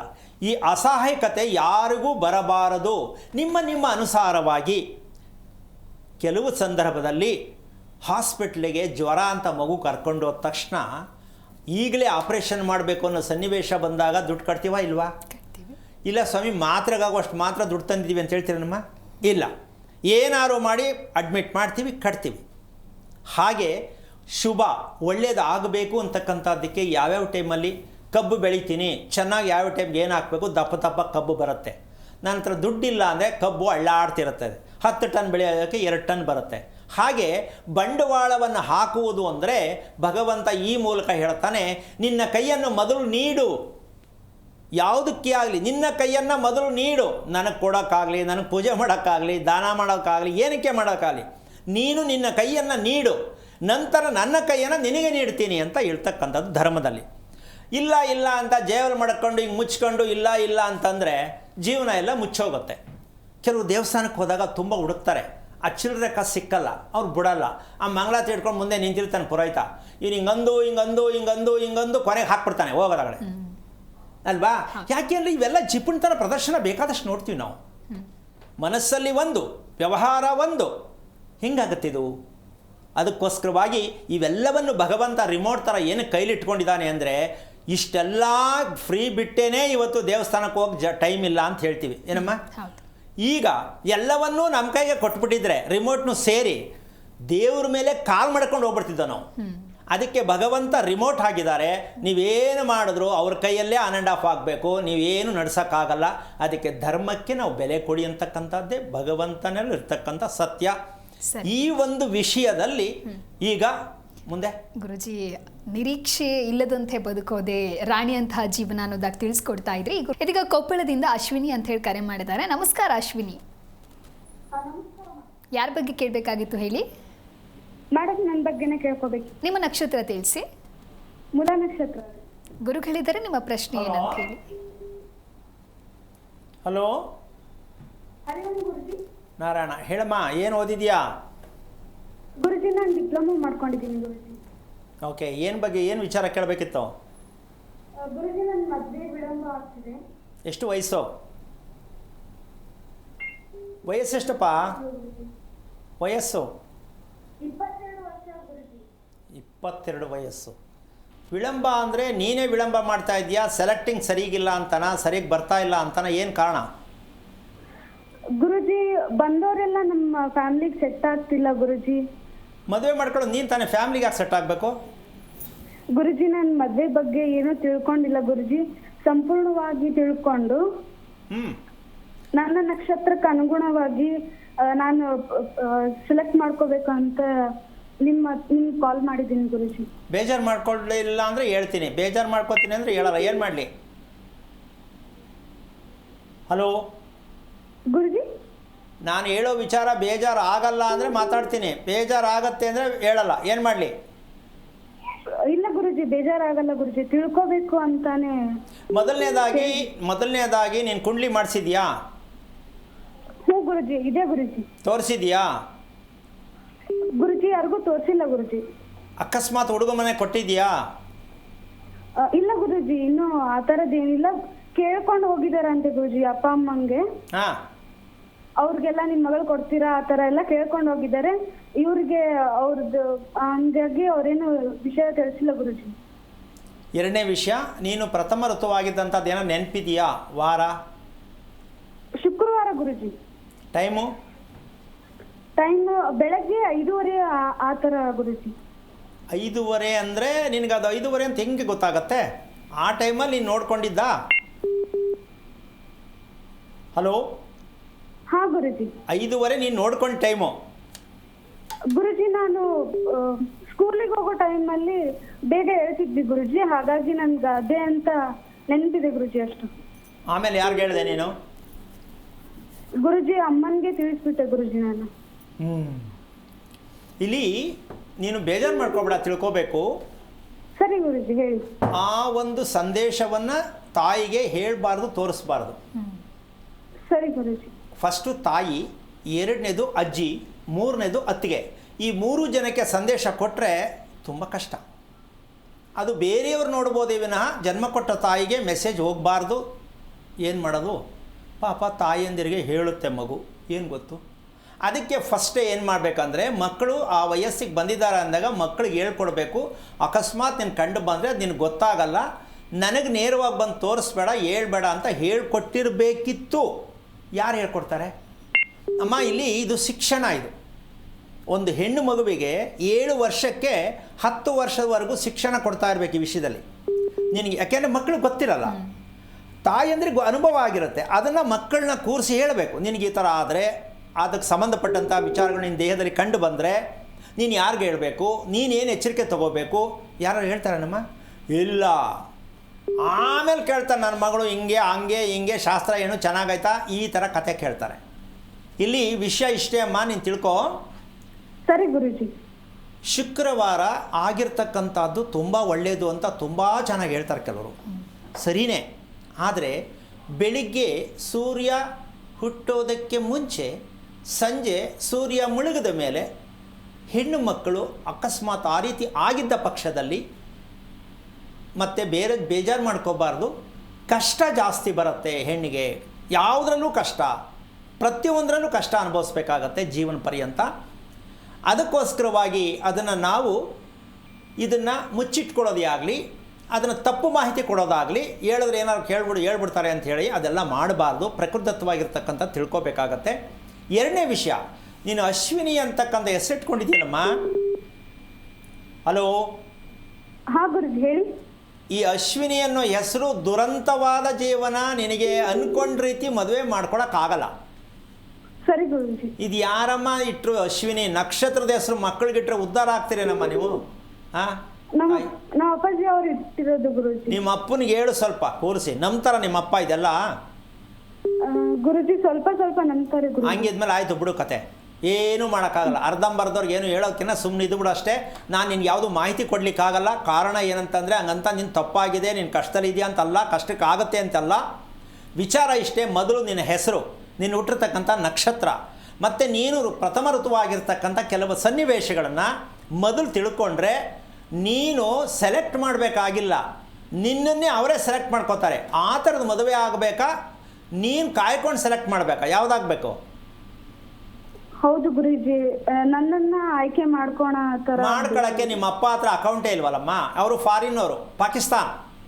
ಏನು ನಂಬಲ್ಲ, ಏನು ಮಾಡಿಲ್ಲ. ನಾನಿರುವುದೇ ಹೀಗೆ, ಹೌದಲ್ವಾ ಗುರುಜಿ? ನಾವು ತಿಳ್ಕೋಬೇಕು ಅನ್ನೋ ಆಸಕ್ತಿ ನೀನು ಸರಿಯಮ್ಮ. ಜನ್ಮದಾತನಿಗಿಲ್ವಲ್ಲ, ಏನು ಮಾಡ್ತೀಯ ತಾಯಿ? ಅಲ್ಲಿಂದ ತಾನೇ ಬಂದಿರೋದಿದು ಲಿಂಕ್. ಅರ್ಥ ಮಾಡಿಸಿ ಹೇಳ್ತೀನಿ ಗುರುಜಿ. ಮಾತಾಡ್ಸು.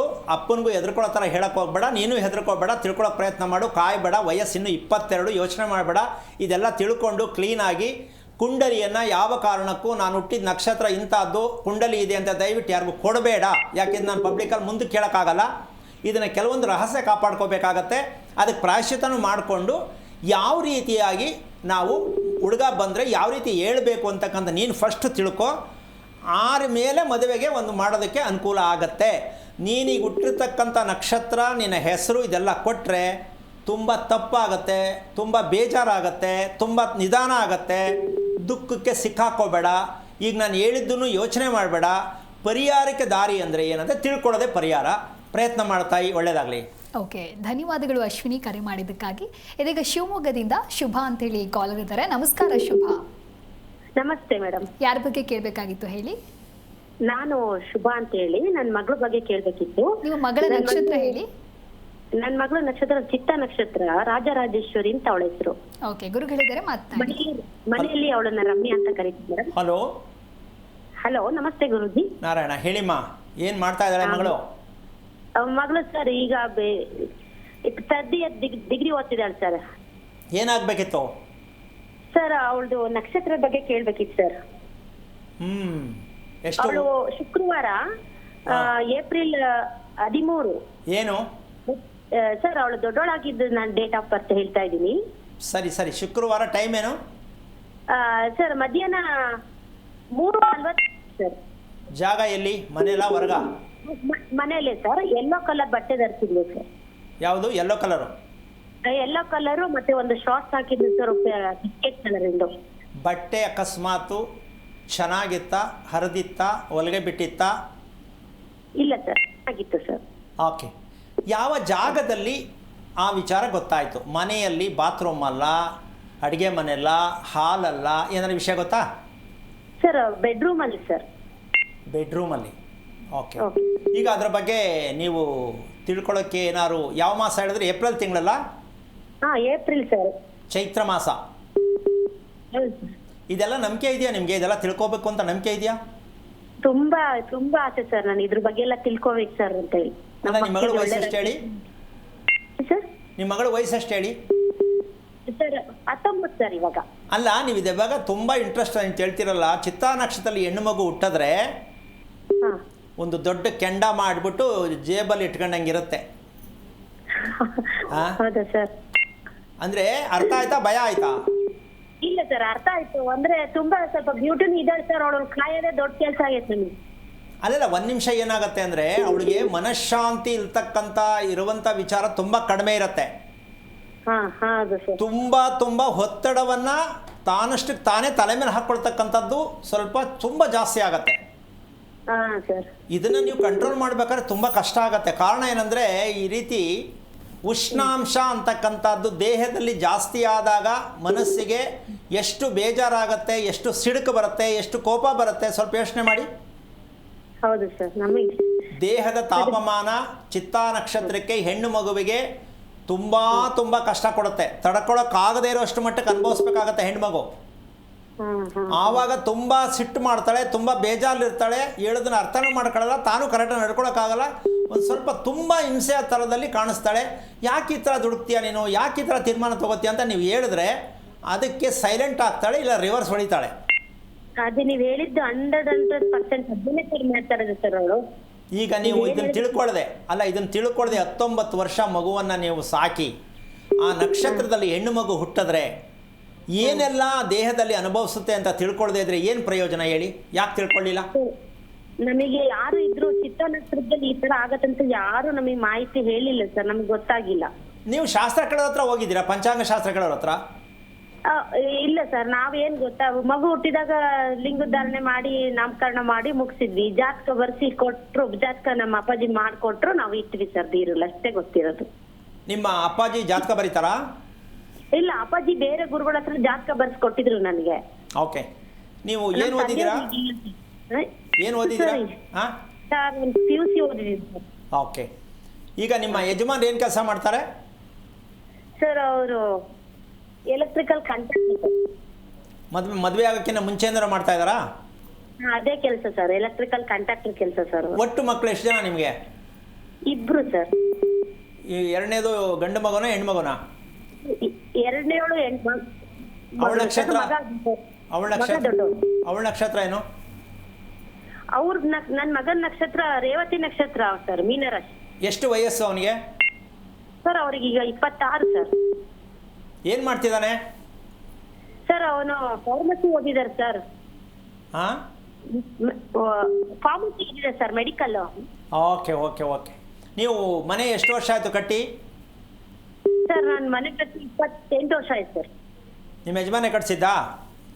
ಹೌದು ಸರ್, ನಮ್ಮ ಮನೆಯವರೇ ಕಟ್ತೀವಿ ಸರ್ ಮನೆ. ಓಕೆ. ನಿಮ್ಮ ಮನೆ ಬಾಗಿಲು ಅಥವಾ ರಸ್ತೆ ಎರಡು ಯಾವ ದಿಕ್ಕು ಗೊತ್ತಾ ನಿಮಗೆ?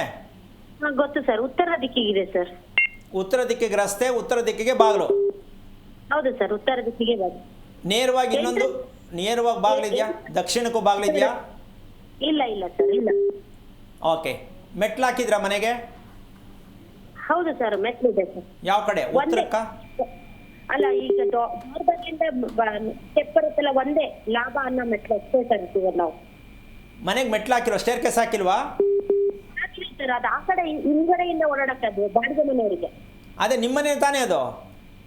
ಅದು ನಾವು ಜಾಸ್ತಿ ಓಡಾಡಲ್ಲ ಸರ್, ಯಾವಾಗ ಆಯ್ತಪ್ಪ, ನೀವು ಓಡಾಡದಿರೋ ಮನೆ ನಿಮ್ದೇ ತಾನೇ. ಹೌದು ಸರ್, ಹೌದು ಸರ್, ಹೌದು. ಮತ್ತೆ ಅದಂಗೆ ಹೇಳ್ತೀರಾ, ನಾವು ಓಡಾಡಲ್ಲ ಅಂದ್ರೆ ನಿಮ್ಮನೇನೆ ಅದು ಅಲ್ವಾ? ನಿಮಗೆ ಅರ್ಥ ಆಗಂಗೆ ಹೇಳ್ಬೇಕಂದ್ರೆ ಸರ್, ಅದೇನ್ ಗೊತ್ತಾ, ಪಶ್ಚಿಮದಲ್ಲಿ ಎಂಟ್ರೆನ್ಸ್ ಪೂರ್ವಕ್ಕೆ ಬಾಗ್ಲು ಬರುತ್ತೆ ಸರ್. ನಾವು ಸ್ಟೆಪ್ ಹತ್ತಿದ್ರು ಪೂರ್ವ ಮುಖವಾಗಿ ಹತ್ತುತ್ತೀವಿ. ಮನೆ ಇರೋದು ಕೂಡ ದ್ವಾರ ಬಾಗ್ಲು ಪೂರ್ವಕ್ಕೆ, ಉತ್ತರಕ್ಕಿದೆ ಸರ್. ಉತ್ತರಕ್ಕೆ, ಪೂರ್ವ ಅಲ್ಲ, ಉತ್ತರಕ್ಕಿದೆ. ಎಂಟ್ರೆನ್ಸ್ ಪಶ್ಚಿಮದ ಪೂರ್ವ ಮುಖವಾಗಿ ಒಳಗೆ. ಈಗ ನೋಡಿ, ಪೂರ್ವದ ಮುಖವಾಗಿ ಇದು ತುಂಬ ಮ್ಯಾಜಿಕ್ ಚೆನ್ನಾಗಿ ಕೆಲವರು ತುಂಬ ಅದು ಮಾಡ್ತಾರೆ. ಈ ಕಡೆಯಿಂದ ಈ ದಿಕ್ಕಿಂದ ಹತ್ತಿ ಈ ದಿಕ್ಕಿಗೆ ಹೋಗ್ತೀವಿ, ಅದೆಲ್ಲ ಮುಖ್ಯ. ಹೌದು ಸರ್. ಮನೆಯ ಭಾಗದಲ್ಲಿ ಪಶ್ಚಿಮ ದಿಕ್ಕಿನಲ್ಲಿ ಇರ್ತಕ್ಕಂತಹ ನೀವು ಸ್ಟೇರ್ ಕೇಸ್ ಏನು ಹಾಕಿದ್ದೀರಾ, ಅದು ಮನೆಯ ಬಾಗಿಲು ಪಶ್ಚಿಮ ನೈಋತ್ಯ ಅಂತಕ್ಕಂಥದ್ದು. ನೀವು ಉತ್ತರಕ್ಕೆ ಡೋರ್ ಇಟ್ಕೊಂಡಿದ್ದೀರಾ, ಉತ್ತರಕ್ಕೆ ರಸ್ತೆ ಇದೆ ಅಂತ ಹೇಳ್ತೀರಾ. ಆದರೆ ಆ ಸ್ಟೇರ್ ಕೇಸು ಮನೆಯಿಂದ 4 ಅಡಿ 3 ಅಡಿ ಅಂತರ ಇದೆ, ನೋಡಿದ್ದೀರಾ ಅದು? ಹೌದು ಸರ್, ಅಂತರ ಇದೆ ಸರ್. ಆ ಅಂತರನೇ ಮನೆಗೆ ಏನಾಗುತ್ತೆ ಅಂದರೆ ಒಂದು ಮೂಲೆಯನ್ನು ಜಾಸ್ತಿ ಆಗತ್ತೆ. 4 ಮೂಲೆ 8 ಮೂಲೆ ಮನೆ ಇರಬೇಕು, ಹೌದಲ್ವ ತಾಯಿ? ಹೌದು ಸರ್, ಹೌದು ಸರ್. ಈಗ ಸ್ಟೇರ್ ಕೇಸ್ ಒಂದು ಬಂದ ಮೇಲೆ ಇನ್ನೊಂದು ಮೂಲೆ ಎಕ್ಸ್ಟ್ರಾ ಆಯಿತು, 5 ಮೂಲೆ ಆಯಿತು. ಹೌದು ಸರ್, 5 ಮೂಲೆ. ನೋಡಿ, ಸ್ವಲ್ಪ ಯೋಚನೆ ಮಾಡಿ, ಇದು ಎಷ್ಟು ಮಟ್ಟಿಗೆ ಶಾಸ್ತ್ರಾಧಾರಿತವಾಗಿ ಮನೆ ಆಗತ್ತೆ. ಹಂಗಂತ ಮನೆ ಚೆನ್ನಾಗಿಲ್ಲ ಅಂತ ನಾನು ಹೇಳ್ತಿಲ್ಲ. ಮನೆಗೆ ಮೆಟ್ಲು ಹಾಕಬೇಕಾದ್ರೆ ಯಾವುದೇ ಭಾಗಗಳು ಬೆಳೆಯಬಾರದು. ಬೆಳೆದಾಗ ಏನಾಗತ್ತೆ ಅಂದರೆ ಮನೆಯಲ್ಲಿರ್ತಕ್ಕಂಥವ್ರು ಮಾತಿಗೆ ಬೆಲೆ ಕೊಡಲ್ಲ, ಅವ್ರದೇ ಮಾತು ನಡಿಬೇಕು, ಹೇಳಿದ ಮಾತು ಕೇಳೋಕ್ಕಾಗಲ್ಲ. ಏನು ಹೇಳ್ತೀರಾ? ಹೌದು ಸರ್, ಎಲ್ಲ ನಾನು ಕೇಳ್ಪಟ್ಟವಂಗೆ 4 ಇರ್ಬೇಕು, 5 ಮೂಲೆ ಇರಬಾರ್ದು ಅಂತಾರೆ. ಈಗ ನಮ್ದು ಮೆಟ್ಲಿಂದ ಈ ತರ ಸಮಸ್ಯೆ ಅಂತ ಪರಿಹಾರ ಹೇಳ್ತೀನಿ. ಅಲ್ಲ, ಒಂದು ನಿಮಿಷ, ಪರಿಹಾರ ಇಲ್ಲಿ ಕೂತ್ಕೊಂಡು ನೀವು ಕೇಳೋದು, ನಾನು ಹೇಳೋದು ಎಷ್ಟು ಮಟ್ಟಕ್ಕೆ ಸರಿ. ದಯವಿಟ್ಟು ಇದು ಕೆಟ್ಟ ಅಭ್ಯಾಸ ಆಗುತ್ತೆ. ನಿಮಗೆ ಒಂದು ಕ್ಲೂ ಕೊಟ್ಟಿದ್ದಷ್ಟೇ. ಯಾಕೆ ಅಂದರೆ ಇನ್ನೂ ಪಾಪ ಮಕ್ಕಳಿಗೆ 20 ವರ್ಷ ಆಗಿದೆ ಅಂತಕ್ಕಂಥದ್ದು. ಜೊತೆಗೆ 2 ಮಕ್ಕಳ ಭವಿಷ್ಯ, 2 ಮಕ್ಕಳ ಆರೋಗ್ಯ ಚೆನ್ನಾಗಿರಬೇಕು, ಮನೆಯಲ್ಲಿ ನಾವು ನೆಮ್ಮದಿಯಾಗಿರಬೇಕು ಅಂದರೆ ನೀವು ಗಂಡ ಹೆಂಡತಿ ಇಬ್ಬರು ಡಿಸೈಡ್ ಮಾಡಿ ಮನೆಯ ಪ್ಲ್ಯಾನ್ ಹೇಗಿರುತ್ತೆ, ಮನೆ ಅಳತೆ ಏನು, ಮಕ್ಕಳ ಕುಂಡಲಿ ಏನು, ಇದನ್ನು ತಿಳ್ಕೊಳ್ಳೋಕ್ಕೆ ಒಂದು ಪ್ರಯತ್ನ ಮಾಡಿದ್ರೆ ನೆಮ್ಮದಿಯಾಗಿ ಆರೋಗ್ಯವಾಗಿ ಬದುಕಲಿಕ್ಕೆ. ಮನೆ ಚೆನ್ನಾಗಿಲ್ಲ ಅಂತ ಮೈಂಡಲ್ಲಿ ಇಟ್ಕೋಬೇಡಿ, ಅದ್ರ ಬಗ್ಗೆ ತಿಳ್ಕೊಳ್ಳಿ. ಅದು ಸರಿನಾ, ಸರಿ ಮಾಡ್ಬೋದಾ ಅಂತಕ್ಕಂಥ ತಿಳ್ಕೊಬೇಕೇ ಹೊರತು ಮನೆಯೇ ಸರಿ ಇಲ್ಲ ಅಂತ ಪ್ರಶ್ನೆ ತಿಳ್ಕೊಬಾರ್ದು. ಆಯ್ತು ಸರ್. ಭಯ ಬೀಳಬೇಡಿ, ನೀವು ಗಂಡ ಹೆಂಡತಿ ಇಬ್ಬರು ಕೂತು ಮಾತಾಡಿ ತೀರ್ಮಾನ ತಗೊಳ್ಳಿ, ಒಳ್ಳೆಯದಾಗಲಿ. ಓಕೆ, ಧನ್ಯವಾದಗಳು ಕರೆ ಮಾಡಿದ್ದಕ್ಕಾಗಿ. ಗುರುಜಿ ತಿಳಿಸ್ಕೊಡ್ತಾ ಇದ್ರಿ, ಹೆಣ್ಣು ಮಕ್ಕಳು ಜೀವನದಲ್ಲಿ ರಾಣಿಯಂತೆ ಬದುಕಬೇಕು, ರಾಣಿಯ ತರಹ ಬದುಕಬೇಕು ಅಂತ ಹೇಳಿದ್ರೆ ತಂದೆ ತಾಯಿಯ ಪಾತ್ರ ಏನು, ಅವರ ಜವಾಬ್ದಾರಿ ಜೊತೆಗೆ ಕ್ರಮ ಏನೋದಾಗಿ ಮುಂದುವರಿಸ್ತಾ ಹೋಗೋದಾದರೆ ಇಲ್ಲಿ ವಿಚಾರ, ಈಗ ಇವರು ಮಗಳು ಓದ್ತಾ ಇದ್ದಾಳೆ, ಕೆಲಸದಲ್ಲಿದ್ದಾಳೆ ಅಂತ ಅಂದ್ಕೊಳ್ಳೋಣ.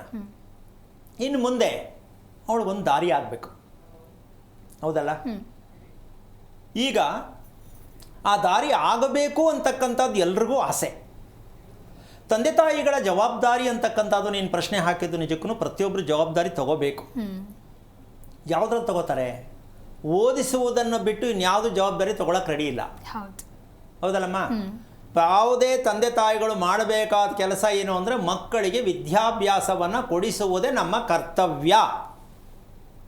ಸರಿನೇ, ವಿದ್ಯಾಭ್ಯಾಸ ಕೊಡಿಸ್ತಕ್ಕಂಥ ಸರಿನೇ.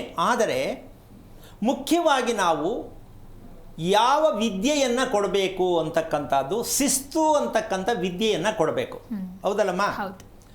ನಾನು ಕಾರ್ಯಕ್ರಮದಲ್ಲೂ ಕೂಡ ಸಾಕಷ್ಟು ಸಲ ಹೇಳ್ತೀನಿ, ಅಭ್ಯಾಸನೇ ಚೆನ್ನಾಗಿಲ್ಲ ಅಂದರೆ, ಅಭ್ಯಾಸ ಬರೋದು ಯಾವುದರಿಂದ? ಶಿಸ್ತಿನಿಂದ.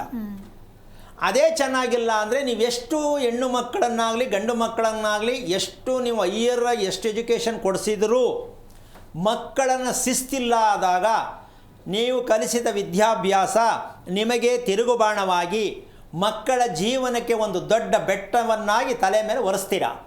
ಇದನ್ನು ಗಮನದಲ್ಲಿಟ್ಕೊಂಡು ಮಕ್ಕಳು ಓದಿಸೋದೇ ಆದರೆ ತಪ್ಪೇನಿಲ್ಲ. ಆದರೆ ನಾವು ಮುಖ್ಯವಾಗಿ ಇದನ್ನು ಏನು ಹೇಳ್ತೀವಿ ಅಂದರೆ ಅವಿದ್ಯೆ ಅಂತೀವಿ. ಏನು? ಮಗುವಿಗೆ ಶಿಸ್ತುಬದ್ಧತೆ ಜೀವನವನ್ನು ಕಳಿಸ್ತಿಲ್ಲ. ಅದಕ್ಕೆ ಉದಾಹರಣೆ ಏನಂದರೆ, ಸುಖ ಪಡೋದಕ್ಕೆ ಹಿಂಗೆ ಅಂತ ತಂದೆ ತಾಯಿಗಳು ಮಕ್ಕಳಿಗೆ ಹೇಳ್ಕೊಡ್ತಾರೆ. ನೀನು ಕಷ್ಟ ಬೀಳಬೇಡ, ಓದ್ಕೋ, ಒಳ್ಳೆ ಕೆಲಸ ತಗೋ, ಒಳ್ಳೆ ಮದುವೆ ಮಾಡ್ಕೋ, ಇದು ಸುಖವಾಗಿರು ಅಂತ ಹೇಳ್ಕೊಡ್ತಾರೆ. ಅದ್ರ ಜೊತೆಲಿ ಹೇಳ್ಬೇಕಾಗಿದ್ದೇನು ಗೊತ್ತಾ? ಕಷ್ಟವನ್ನು ಹೆದರಿಸುವುದು ಹೇಗೆ ಅಂತ ಹೇಳ್ಕೊಡ್ಬೇಕು, ಸುಖ ಹೇಳ್ಕೊಡ್ಬಾರ್ದು.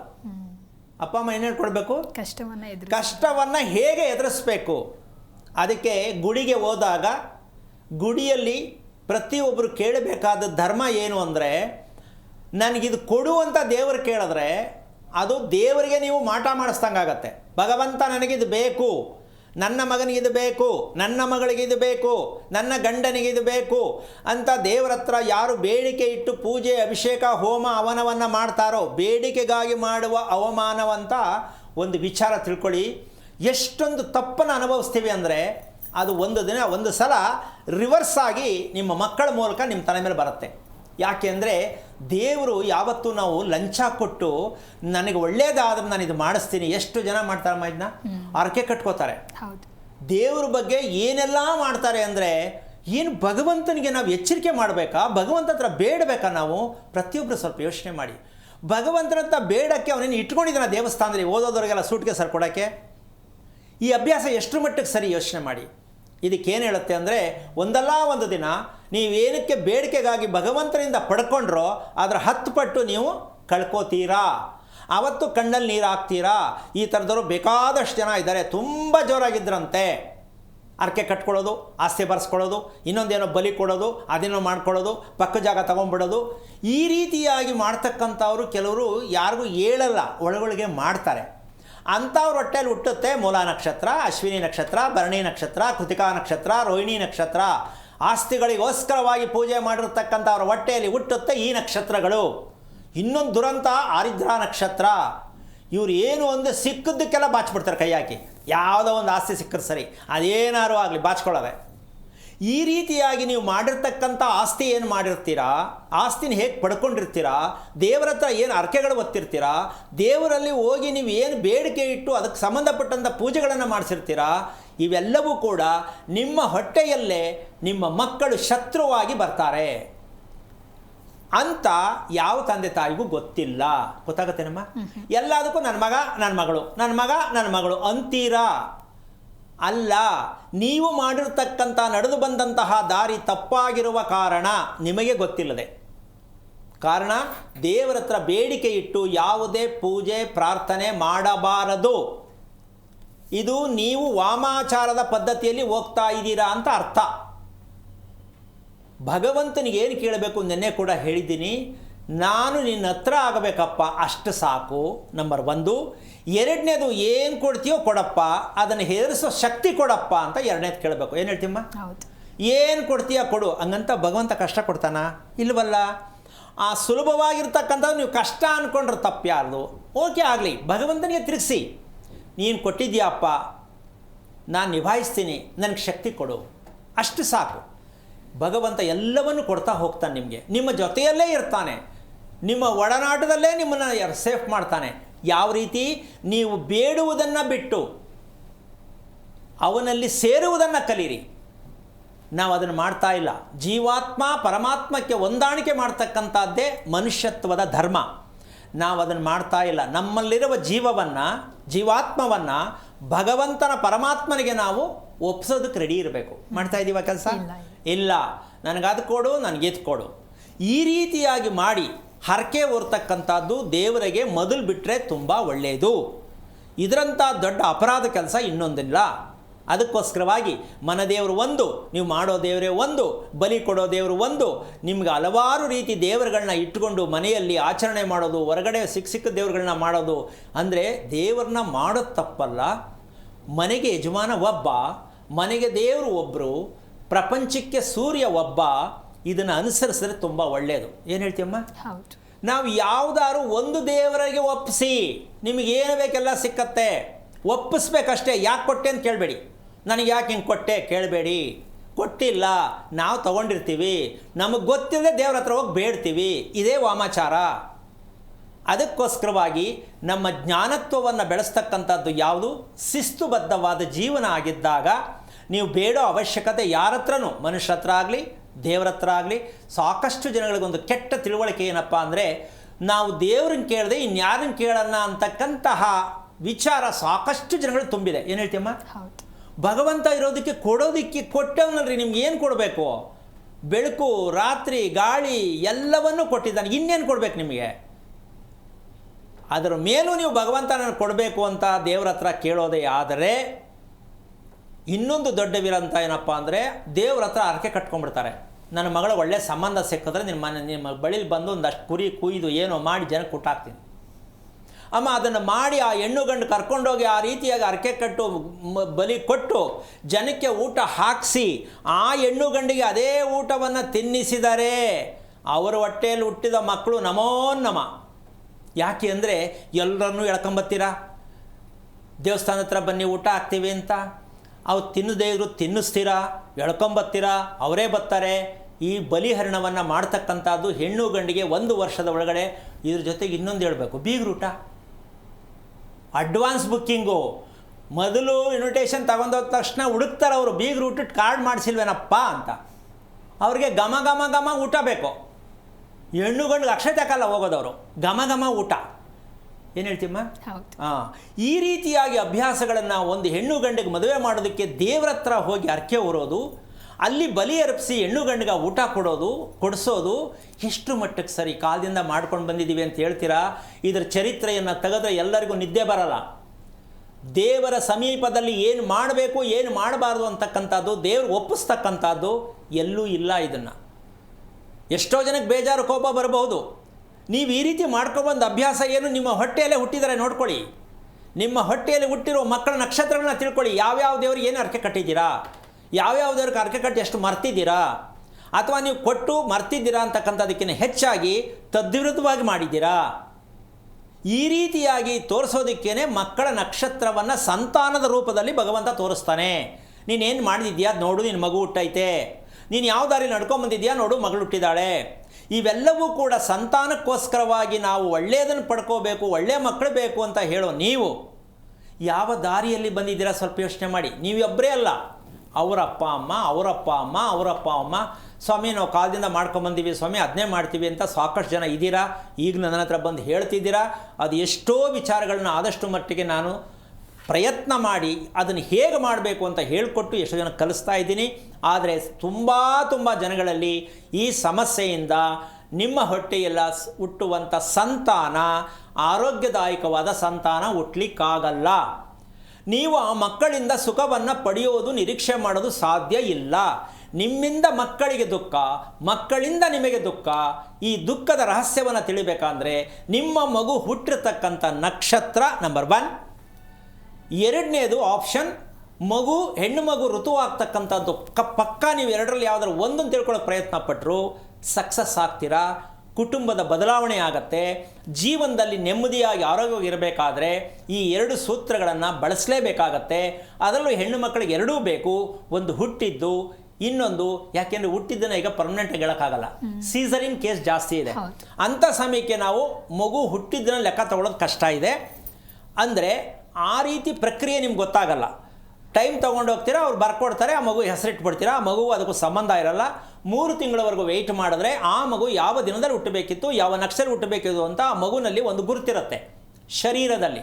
ಆ ಗುರುತನ್ನು ನಮ್ಮಂಥವ್ರಾದರೆ ಹೇಳ್ತೀವಿ, ಈ ದೇಹದಲ್ಲಿ ಈ ಭಾಗದಲ್ಲಿ ಗುರುತಿದೆ ನೋಡಿ ಅಂದರೆ ಎಸ್ ಅಂದರೆ ಆ ನಕ್ಷತ್ರವನ್ನು ಕೊಡ್ತೀವಿ. ಅದಕ್ಕೆ ನಾವು ಹೆಸರನ್ನ ಇಡ್ತಕ್ಕಂಥ ಸಂಪ್ರದಾಯವಾಗತ್ತೆ. ಅದನ್ನು ನಾವು ಅಷ್ಟು ತಾಳ್ಮೆಯಿಂದ ಹೇಳುವಂಥವರು ಇಲ್ಲ, ಕೇಳೋಕ್ಕೂ ಆಗಿಲ್ಲ.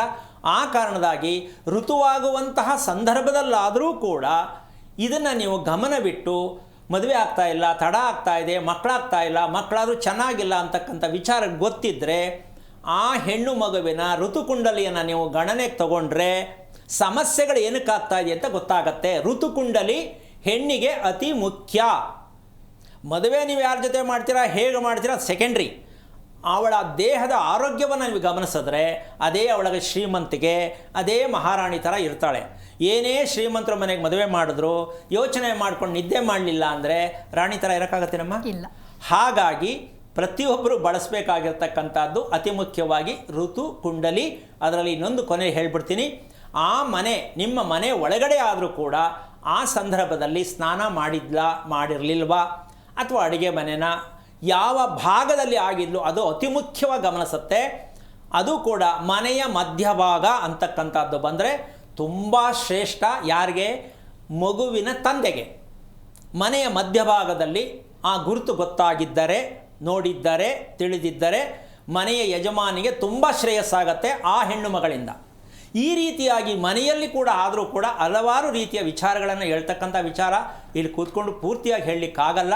ಆದರೆ ನೀವು ತಿಳ್ಕೊಳ್ಳೋಕ್ಕೆ ಪ್ರಯತ್ನ ಮಾಡಿದ್ರೆ ನಿಮ್ಮ ಮಕ್ಕಳ ಬಗ್ಗೆ, ಮದುವೆ ಬಗ್ಗೆ, ಮಕ್ಕಳಾಗೋದ್ರ ಬಗ್ಗೆ, ಒಳ್ಳೆಯದು ಕೆಟ್ಟದ್ದು ಅಂತ ಯೋಚನೆ ಮಾಡೋದ್ರ ಬಗ್ಗೆ ನಿರಾಶಾದಾಯಕವಾಗಿರ್ತಕ್ಕಂಥ ವಿಚಾರಗಳನ್ನ ಸಗದು ಬದಿಗಿಟ್ಟು ಇದರ ಬಗ್ಗೆ ತಿಳ್ಕೋಬೇಕು ಅನ್ನೋ ಆಸಕ್ತಿಯನ್ನು ನೀವು ಪ್ರಯತ್ನ ಮಾಡೋದೇ ಆದರೆ ಮಕ್ಕಳನ್ನು ನೀವು ಒಳ್ಳೆಯ ದಾರಿಗೆ ಕರ್ಕೊಂಡು ಹೋಗ್ತಕ್ಕಂಥ ಅಭ್ಯಾಸ ನಿಮಗೆ ಸಿಗತ್ತೆ ಅಂತ ಹೇಳ್ತಾ ಕಾರ್ಯಕ್ರಮ ಮುಗಿಸ್ತಾ ಇದ್ದೀನಿ.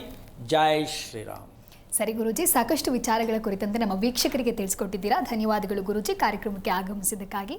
ನೋಡಿದಲ್ವ ವೀಕ್ಷಕರೇ, ಹುಟ್ಟು ಸಾವು ಹೇಗೆ ಖಚಿತ ಅನ್ನೋದು ನಮಗೆ ತಿಳಿದಿದೆಯೋ ಹಾಗೆ ಸುಖ ಬಂದಾಗ ಹಿಗ್ಗದೆ, ದುಃಖ ಬಂದಾಗ ಕುಗ್ಗದೆ, ಎಲ್ಲ ಸವಾಲುಗಳನ್ನು ಸಮಚಿತ್ತವಾಗಿ ನಾವು ಎದುರಿಸಿಕೊಂಡು ಹೋದಾಗ ಮಾತ್ರ ಸಾರ್ಥಕತೆಯ ಬದುಕು ನಮ್ಮದಾಗತ್ತೆ. ಜೊತೆಗೆ ಹೆಣ್ಣು ರಾಣಿಯಂತಹ ಬದುಕನ್ನು ಸಾಗಿಸಬೇಕು ಅಂತ ಹೇಳಿದ್ರೆ ಏನು ಮಾಡಬೇಕು ಅನ್ನುವಂಥ ವಿಚಾರವನ್ನು ಗುರೂಜಿ ಇವತ್ತು ಬಹಳ ಅರ್ಥಪೂರ್ಣವಾಗಿ ತಿಳಿಸ್ಕೊಟ್ಟಿದ್ದಾರೆ. ಇದಾಗಿತ್ತು ಇವತ್ತಿನ ವಿಶೇಷ. ನೋಡ್ತಾ ಇರಿ ಜಿ ಕನ್ನಡ ನ್ಯೂಸ್, ಸತ್ಯವೇ ಸುದ್ದಿಯ ಜೀವಾಳ.